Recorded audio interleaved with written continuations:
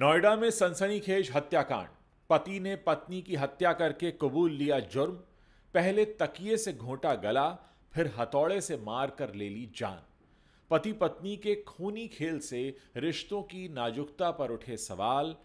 नोएडा के पौष इलाके की घटना से अब पुलिस भी है हैरान। उत्तर प्रदेश के नोएडा शहर से एक ऐसी घटना सामने आई है जिसने हमारे पूरे समाज को झकझोर कर रख दिया है। ये मामला है जिसमें पति पत्नी के रिश्ते की नींव पर कुछ बहुत गहरे सवाल खड़े कर दिए हैं। नोएडा शहर का पौष इलाका है सेक्टर 15 का, और इसी पौष इलाके में रहने वाले 55 साल के नूरुल्लाह हैदर ने अपनी 42 साल की पत्नी अस्मा खान की बेरहमी से हत्या कर दी और उसके बाद खुद थाने जाकर अपना जुर्म भी कबूल कर लिया। यह घटना न केवल एक परिवार के लिए काल बन गई, बल्कि ये भी सोचने पर मजबूर कर रही है कि आखिर पति पत्नी का रिश्ता इतना कमजोर कैसे हो रहा है कि एक शख्स अपनी जीवन संगनी की जान लेने से भी नहीं हिचकिचाता। पुलिस के मुताबिक ये दिल दहला देने वाली वारदात 4 अप्रैल की सुबह हुई। अस्मा खान, जो एक निजी कंपनी में सिविल इंजीनियर थीं, अपने घर में मृत पाई गईं। उनके पति कंप्यूटर इंजीनियरिंग ग्रेजुएट हैं। नूरुल्लाह बताते हैं कि उसने अपनी पत्नी पर अवैध संबंधों का शक किया था। इसी शक ने उनके रिश्ते को इस कदर कमज़ोर कर दिया कि एक रात की बहस हत्या में बदल गई। हैदर ने पहले अस्मा का मुंह तकिए से दबाया और फिर हथौड़े से उसके सिर पर कई वार किए, जिससे उसकी मौके पर ही मौत हो गई। हत्या के बाद हैदर ने करीब 2 किलोमीटर पैदल चलकर सेक्टर 20 के पुलिस थाने में पुलिस से कहा कि मैंने अपनी पत्नी को मार डाला है। पुलिस ने तुरंत घटनास्थल का मुआयना किया, शव को पोस्टमार्टम के लिए भेजा और फॉरेंसिक सबूत जुटाए। आरोपी को हिरासत में ले लिया गया और हत्या का मुकदमा दर्ज कर लिया गया। अस्मा और हैदर के 2 बच्चे हैं, 19 साल का बेटा समद और 12 साल की बेटी इनाया। घटना के वक्त दोनों बच्चे घर पर ही थे। समद ने अपनी मौसी को फ़ोन पर बताया कि पापा ने मम्मी को मार डाला है। अस्मा की बहन फरीदा ने कहा कि उसकी बहन ने घटना से कुछ घंटे पहले ही फ़ोन पर बताया था कि घर में कई दिनों से तनाव चल रहा है। ये परिवार पहले एक सुखी परिवार माना जाता था, लेकिन पिछले कुछ महीनों से रिश्तों में दरार साफ दिख रही थी। अब सवाल यह है कि इन बच्चों का भविष्य क्या होगा, जिन्होंने अपनी मां को खो दिया और पिता को जेल की सलाखों के पीछे अब उन्हें देखना पड़ रहा है। पुलिस पूछताछ में हैदर ने बताया कि उसे कई महीनों से अस्मा पर शक था। उसने कहा कि मैंने उसके फ़ोन में कुछ चैट्स देखे थे, वो किसी से बार बार बात करती थी और मुझे जवाब नहीं देती थी कि वो कौन है।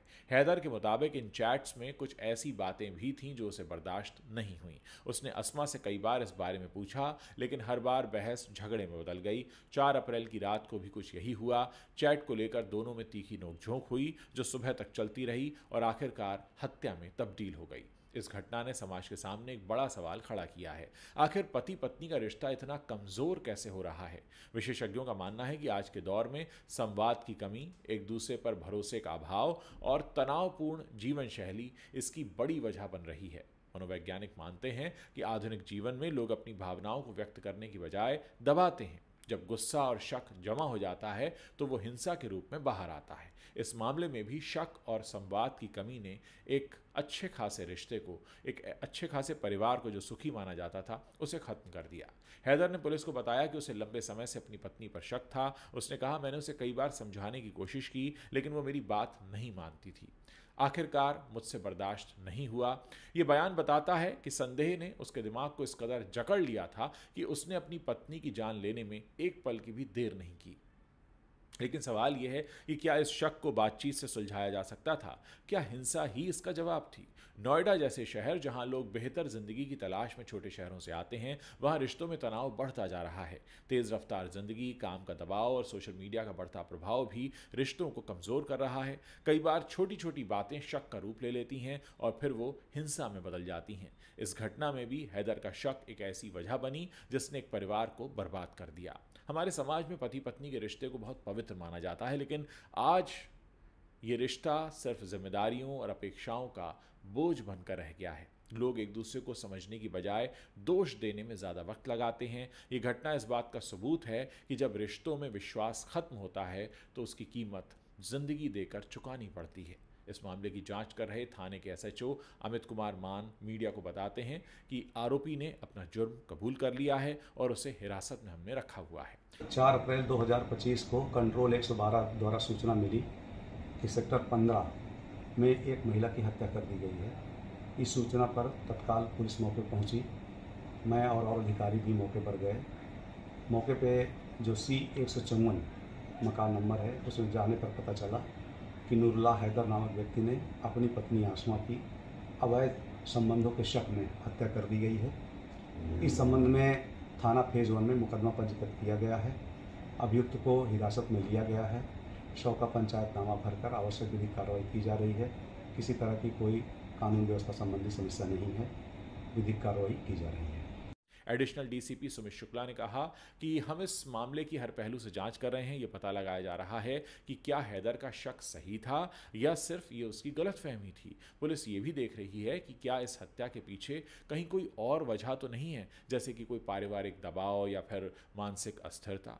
हैरानी की बात यह है कि हैदर ने न सिर्फ हत्या की बल्कि उसे कबूल भी कर लिया। उसने पुलिस को बताया, मुझे अपने किए पर कोई पछतावा नहीं है। ये बयान न केवल चौंकाने वाला है बल्कि ये भी दिखाता है कि उसने अपने रिश्ते को कितना हल्के में लिया था। एक पति जो अपनी पत्नी के साथ जिंदगी बिताने का वादा करता है, एक दिन उसी को मार देता है और फिर बिना किसी अफसोस के अपना जुर्म कबूल करता है। ये समाज के लिए एक बहुत गंभीर चेतावनी है। ये घटना सिर्फ एक हत्या की कहानी नहीं है बल्कि हमारे देश में, हमारे समाज में रिश्तों में बढ़ती दरार की एक सच्ची तस्वीर पेश करती है। आज ज़रूरत है कि लोग अपने रिश्तों को वक्त दें, एक दूसरे पर भरोसा करें और छोटी छोटी बातों को सुलझाने की कोशिश करें। अगर हैदर और अस्मा के बीच खुलकर बात होती तो शायद ये नौबत नहीं आती, लेकिन अब जो हो चुका है वो वापस नहीं लिया जा सकता। अस्मा के परिजनों ने इंसाफ की मांग की है और कहा है कि दोषी को सख्त से सख्त सजा मिलनी चाहिए। नोएडा की ये घटना हमें सोचने पर मजबूर करती है कि क्या हम अपने रिश्तों को वाकई समझते हैं, क्या हम उन्हें वक्त और सम्मान दे रहे हैं। एक पति का अपनी पत्नी को मार देना और फिर जुर्म कबूल कर लेना, ये दिखाता है कि रिश्तों की नींव कितनी कमज़ोर हो चुकी है। पुलिस अपनी जांच में जुटी है और जल्द ही कोर्ट में चार्जशीट दाखिल करेगी, लेकिन इस घटना का असर समाज पर लंबे वक्त तक रहेगा, जो हमें रिश्तों को बचाने और संभालने की सीख देता है।